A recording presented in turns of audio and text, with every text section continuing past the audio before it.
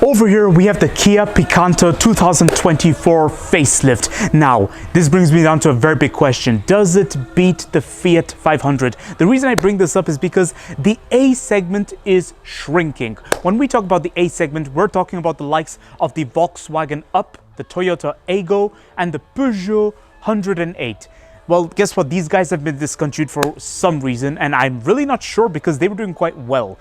I think the sales speaks for itself. But the Kia Picanto remains.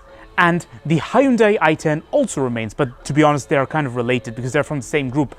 But the Fiat 500 is another world. They're very, very stylish, which makes me wonder, what advantage does the Kia Picanto have? Let me tell you all my first impression. So as part of the facelift, they've gone down the route of simplicity, and I think it's quite nice. They've abandoned the so-called tiger design at the front. That's right, they call it tiger grille for some reason. And it suits the Picanto, if I'm being honest. We are in year 2024, yet for some reason these side indicators look like they're from the 90s. The rear design has seen massive changes. They've made it all sharp edges. It's almost like a box, if I'm being honest. And with this continuous rear light, it looks almost as if they're aiming for the premium segment. The only problem I would like to point out is that the reverse lights are all the way down there. And from my experience, having the reverse lights down there can be difficult for other road users to notice it. And very budget as well. Listen to the doors. Oh my goodness. Believe it or not, for this facelift, nothing has changed inside. I feel like I'm stuck in the 2010s. Now, this particular Kia Picanto costs 18,000 euros. Now, when it comes to the Kia brand, they are best known, like their sibling brand Hyundai, for being great value for money. But at the same time, they were known for having an identity crisis.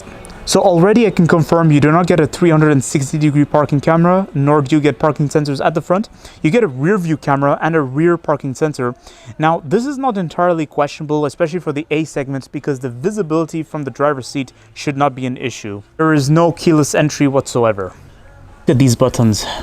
They really do remind me of the early 2010s. You do get climate controls that look like they're from the 2000s, but at least they get the job done. And at least they're easy to use, easy to navigate around, straight to the point, instead of having to mess around with buttons. And honestly, for this price and this segment, I don't really mind. I think it's actually good. But then on the other hand, I do feel like the interior could do with a bit of brightening, like a bit of liveliness or something, because all I see is just the hard plastic throughout. You get the piano black here, which is just very little, and right here. But then that piano black is nowhere else to be seen except on this side of the door. And you get a manual handbrake and a key ignition, no start stop. And a nice infotainment system that's positioned right here, so you won't get easily distracted when using it. You can still see the road ahead of you. And it's easy to navigate around the menus with the shortcut buttons down there. Now, compared to the Fiat 500, the Kia Picanto has had an unquestionable reputation for reliability. And now this brings me down to the engine. You get a 1-liter engine that produces 46 kilowatts. So this is potentially one of the most economic and ecologic cars to be living with. The tax, the insurance, it is not expensive at all. It's very city friendly. However, if you do plan on going on road trips, it can be a bit of a hassle, but if you can accept that, it should be fine. And if ever you have any doubts about the Kia reliability, you get a 7-year warranty. And now we're going to cover the Practicality solutions. So, first thing I'd like to talk about is the seating adjustment, which is already something interesting. I can move the seats forward and backwards, but I feel like my wrist makes too much contact with the seat. To move the back, it's okay, it's great. To move the seats up and down, it's fine. It's all manual. No electric steering adjustments, but then to be fair, for this segment, it should not be a surprise. The steering adjustments, so I can move the steering wheel. Oh, I can only move it up and down.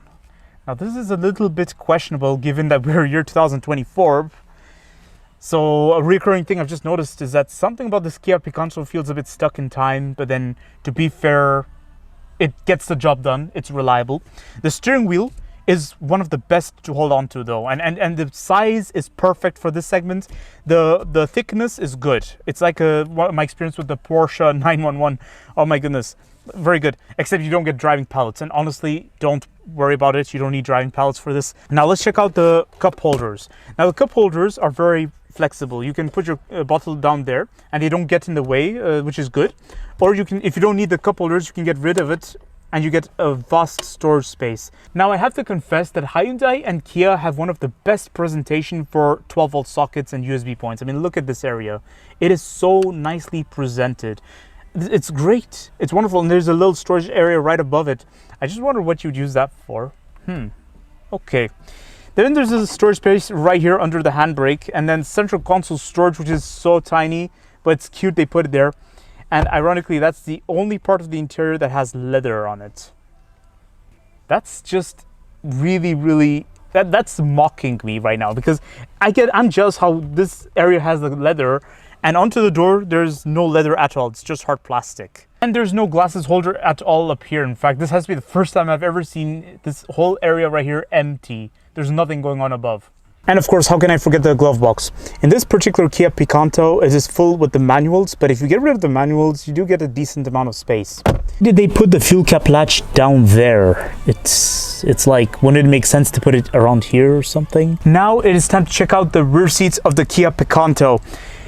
Now it should be noted, the rear seats can be cramped and it should be no surprise, but and there's not a single area where I can put my bottle, quite literally. So I just have to put it on the seat, like this, and put it away whenever somebody wants to sit. In that case, just hope the front passengers will let me use their cup holders. Otherwise, put this in the pocket. There, see, the backseat pockets are quite flexible. Now, thank goodness the back seats are fabric. They're quite squidgy, so it's good. My feet room is okay, but then on the sides you do have the seat railings, so that can be a bit of an issue, but it should not be a big deal. Knee room, again, can depend on the seating adjustment of the front seat passenger and the driver. Headroom, wow. Wow, okay, this is good. No, seriously, guys, this is impressive. The headroom is great. Okay, now it can depend on your height. There is the headrest. Ooh. Okay, the headrest is literally like concrete. It's so firm. And sitting on the back seat, it's a little bit on the firm side, but it should be fine, I guess. No door bin at all, so, you know, that's... Oh, wow, okay. Another problem is the back seat pocket is only on the front seat passenger side, not behind the driver's seat. Now, this is questionable. But on a positive note, everyone gets a handle, except the driver's seat. Now it's time to check out the boot space of the Kia Picanto, but before doing so, it took me almost a minute to figure out how to open the back door. Okay, no, seriously, how do I open the back door? It's a bit confusing, so you have to push it from here, the button right there. Now the boot space is average for the A segment. I was honestly not expecting much. So compared to the Fiat 500, the Kia Picanto isn't really missing out on much. Neither is it got more advantage compared to the Fiat 500, except for maybe the fact that it has additional seats and additional space if you fold on the rear seats.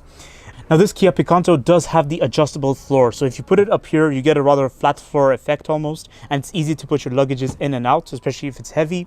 And the ridge right here is good. There's plastic right here.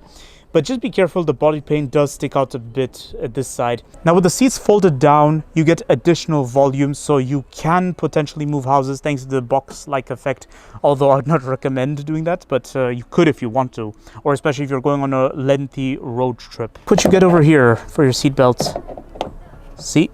So that your seatbelt doesn't get caught up between the pillar and the seats. So here's my conclusion of the Kia Picanto 2024 facelift. Now to answer that big question, does it beat the Fiat 500? Yes and no. Yes, the only aspect of it that beats the Fiat 500 is the fact that it is durable, it will last a lifetime, but that's purely because there's so little that will go wrong.